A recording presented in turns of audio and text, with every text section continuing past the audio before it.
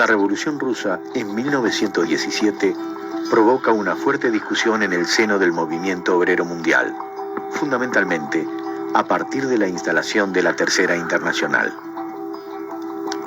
Cuando en 1929 la crisis económica mundial repercute en los sectores populares, encuentra a los sindicatos disgregados en tres centrales: FORU, USU y CGTU, con corrientes ideológicas definidas y con direcciones exclusivas. A principios de la década del 40 surgen fuertes sindicatos y federaciones por industria: textiles, metalúrgicos, ferroviarios, FUNSA, frigoríficos, que favorecen las tendencias unificadoras que se concretaron en la creación de la Unión General de Trabajadores, UGT, en 1942.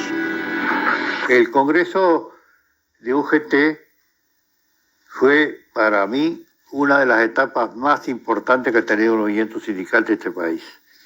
Fue una central desarrollada fundamentalmente sobre los sectores de la industria privada y del comercio, en ausencia todavía de la incorporación, que hoy es fundamental y gravitante, de los sectores del Estado que en aquel entonces tenían dificultades todavía para la organización. Los problemas de la guerra habían llevado a una política de sustitución de artículos de importación, lo que creó muchas fuentes de trabajo y particularmente desarrolló algunos gremios de forma muy importante, como fue el gremio de la construcción.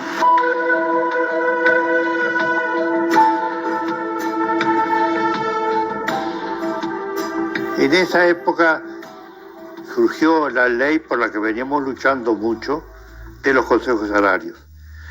No había suerte de integración ni de disposición legal que permitiera discutir salarios con el Estado y con los patrones.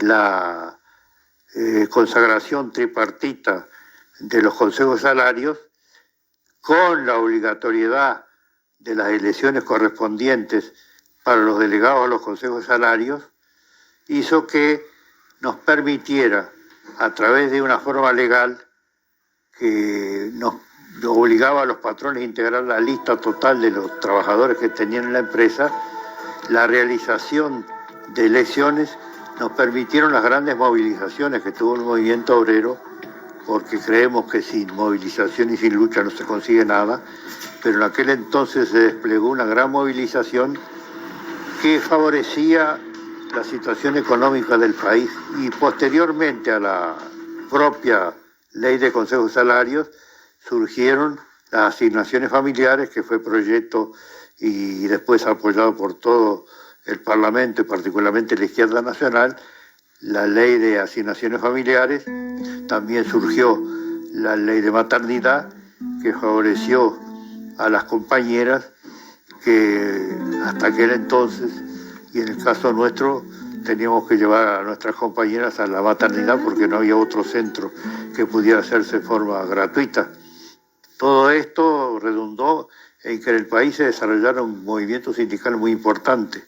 La Federación de la Carne también pudo probar a través de manifestaciones que se realizaron en aquel entonces, en la época ya de Valdomir, como presidente de la República, del cerro al centro, y muchas de las manifestaciones que hicieron desde el centro hasta el cerro. En aquel entonces los trabajadores venían de allá, como después vinieron desde Artigas, o como después vinieron desde otra localidad del interior, como vinieron del frigorífico Américo a Montevideo, haciendo las movilizaciones por las carreteras y recogiendo la adhesión de las poblaciones del interior en las marchas, que fueron muy duras, donde vinieron inclusive no solamente los compañeros, sino que a veces venía la familia entera.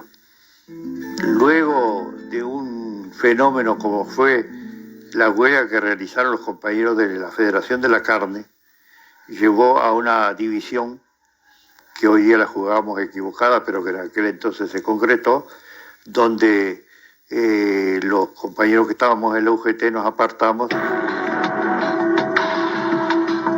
Los comunistas tenían un papel muy protagónico en esa central sindical, y como consecuencia, entre los errores de sectarismo desarrollado por el partido en aquellos años, muchos tuvieron que ver con la forma de desarrollar su acción en el movimiento sindical.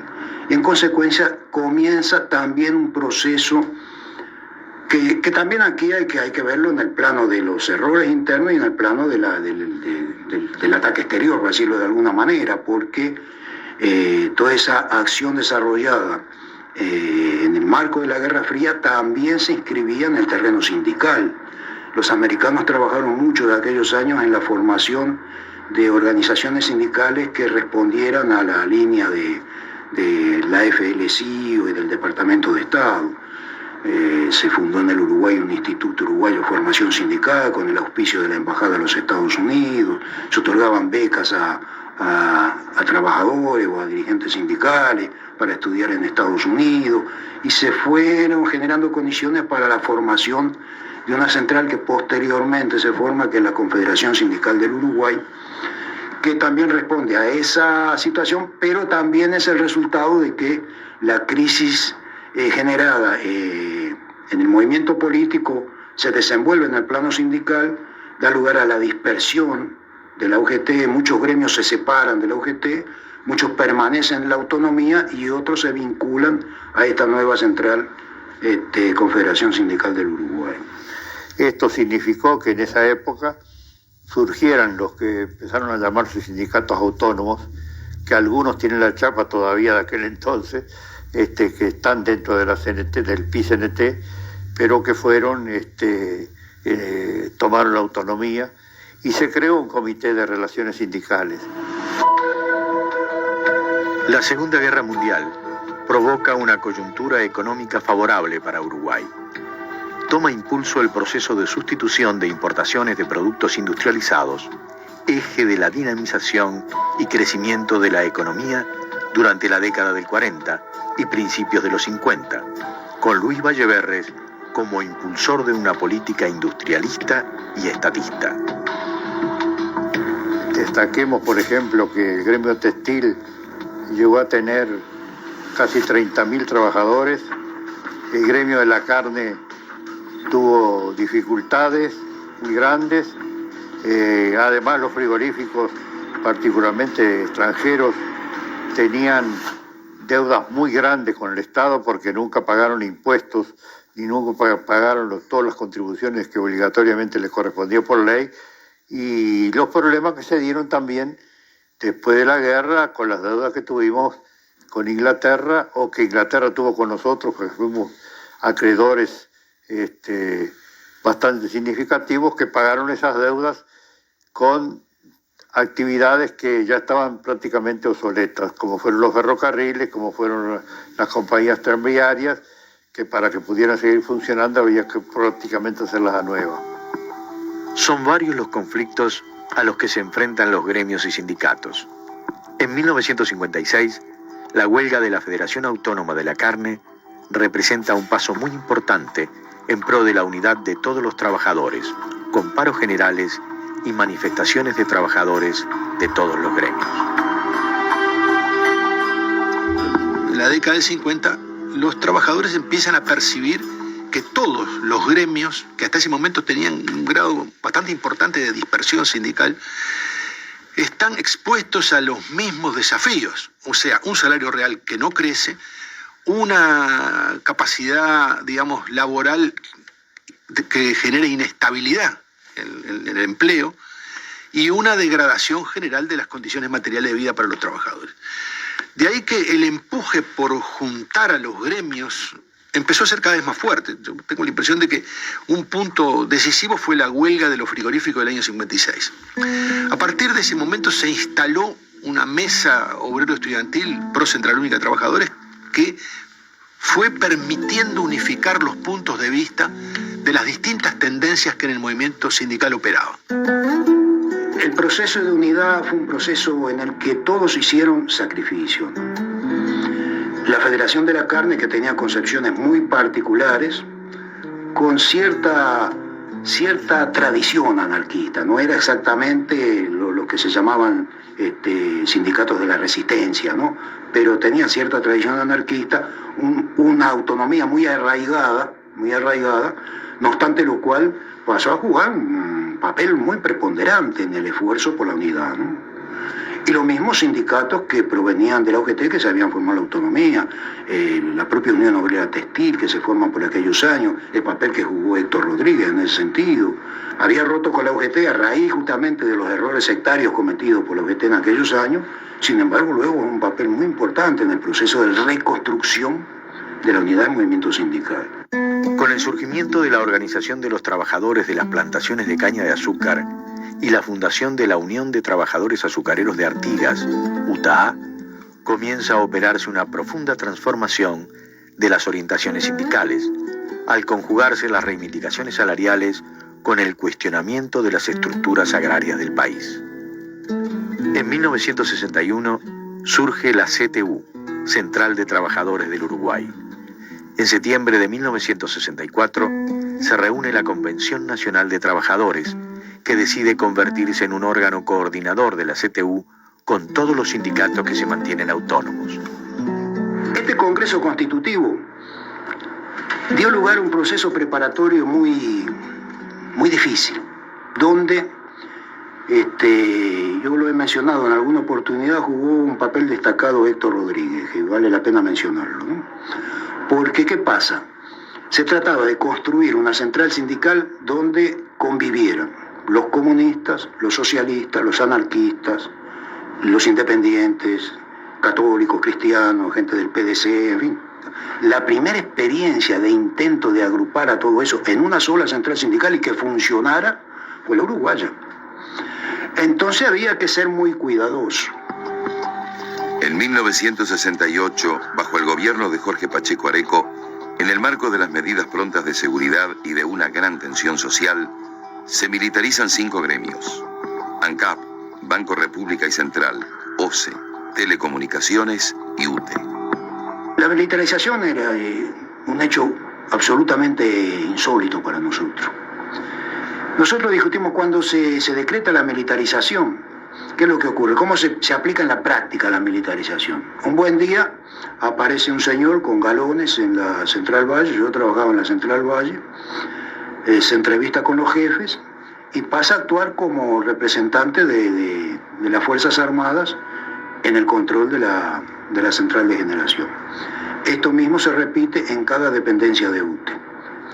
Y entonces hay una intimación militar a presentarse a trabajar,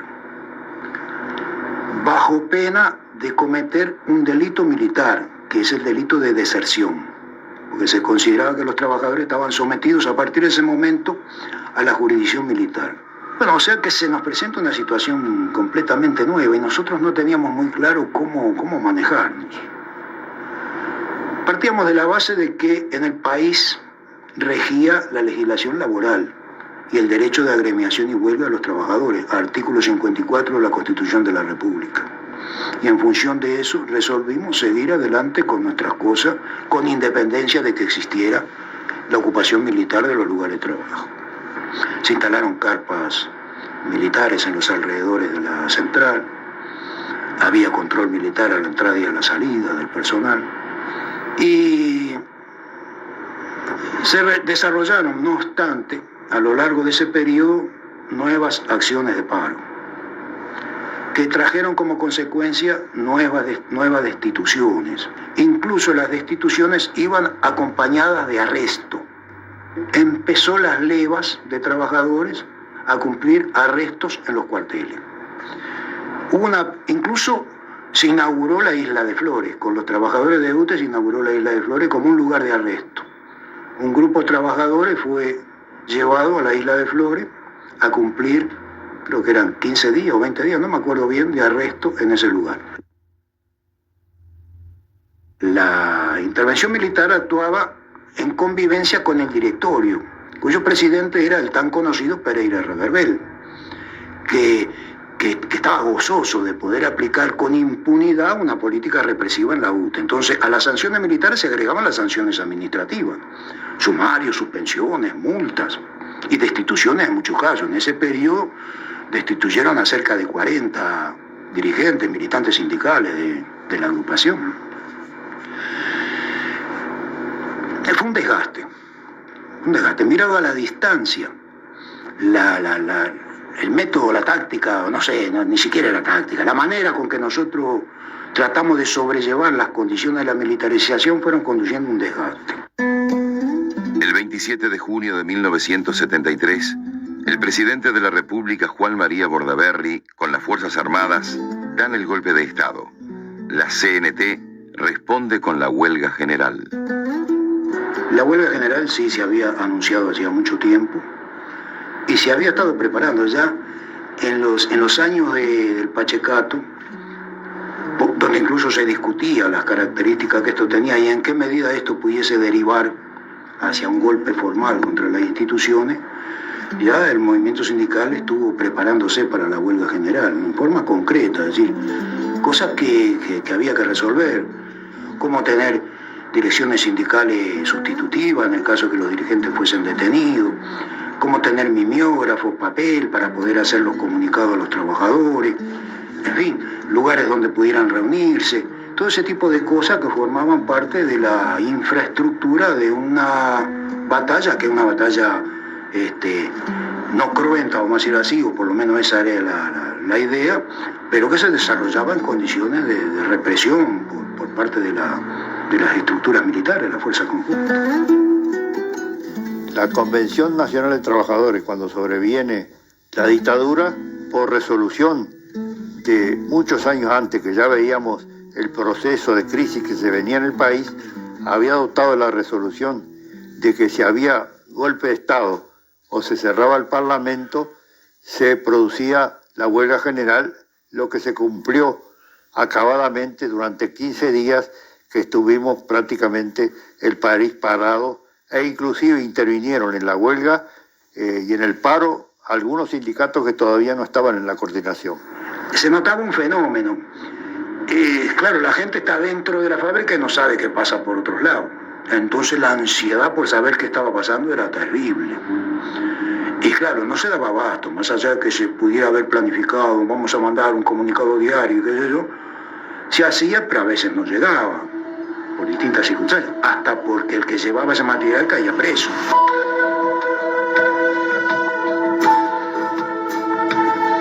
Era muy de madrugada. El primer lugar que yo llegué fue la estación de trolebuses, que queda acá frente al cementerio buceo que quedaba. Ahora creo que es Rainco, esta empresa, pero en aquel tiempo eran troles.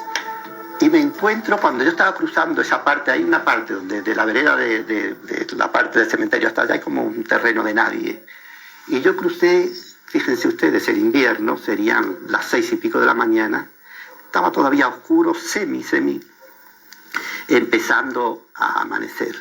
Y la gente, claro, envueltas allá en sus frazadas, muertos de frío, inquietos, sin saber qué estaba pasando, con lo único que llegaba era la noticia de la cadena de las Fuerzas Armadas. Llegaba un pequeño boletín cuando podía de la central, una cosita explicativa, que no llegaba todos los días, pero luego lo otro era continuo, y esto era la hojita que lo leía y no pasaba, y nada más. Entonces yo cuando empecé a cruzar hacia ellos, para registrar el momento, cuando alguna gente, cuando estuve a pocos metros, me reconoció. Claro, si yo 1000 veces le fui a sacar fotos, en sus conflictos o en sus fiestas. Entonces la gente empezó a gritar CNT, CNT, CNT, y se abrieron los portones y prácticamente me arrastraron hacia adentro y cerraron otra vez los portones. Y todo el mundo quería saber. Yo dije, vengo a sacar fotos, pero ¿qué está pasando? ¿Qué está pasando fuera? Entonces yo les dije, no, yo vengo del diario, está ocupado, pero otros no me escuchaban. Y entonces digo, no, que se suba. Y me subieron, me levantaron y me pusieron arriba de un pretil. Y ahí empecé a decirle a la gente que las fábricas de Montevideo estaban ocupadas, igual que habían ocupado ellos su lugar de trabajo, donde no había ninguna deserción, donde la gente estaba firme, donde si seguíamos así, por lo menos le haríamos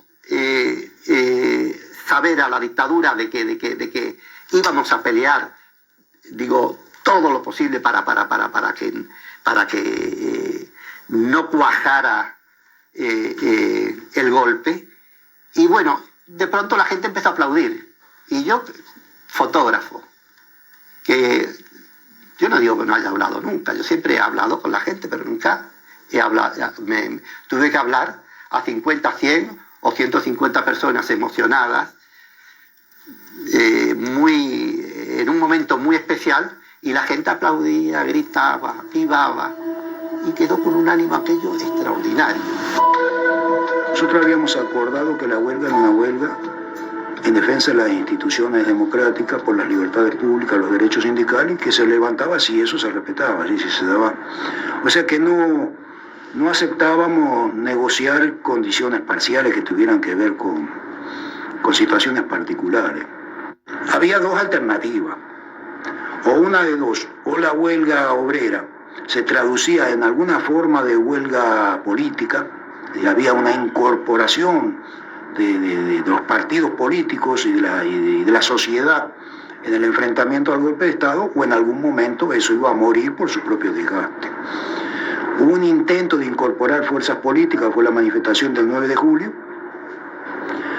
pero no pasó de eso, sino pasó de un llamamiento, pero organización política concreta que se pusiera ahí junto a los trabajadores a buscar la manera de confrontar con el golpe, no la hubo. Recordemos que más allá de las divisiones que ideológicamente a veces en las discusiones eran fuertes, el movimiento sindical tiene el bautismo de que en todos los momentos de conflictos las discrepancias desaparecían y la solidaridad nos unía a todos para ayudar al gremio en conflicto. Esto fue creando un clima que yo digo que es una larga paciencia, pero que fue significando que más allá del respeto recíproco que teníamos en las discusiones por las ideologías de uno o de otros, se fue unificando el movimiento sindical.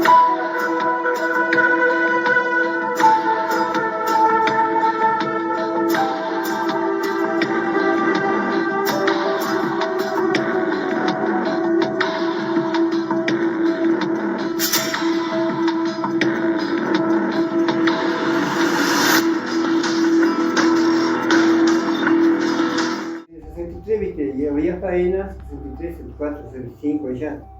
Y ahí y por ejemplo yo trabajaba en construcción, pero pertenecía a la construcción, pero trabajaba en faena. Se llevaban para faena, cuando te pensaban llevaban. Y se mataba para Cuba, se mataba a Capón, hacían tasajos para Cuba, ¿viste? Ahí varios años, ¿viste?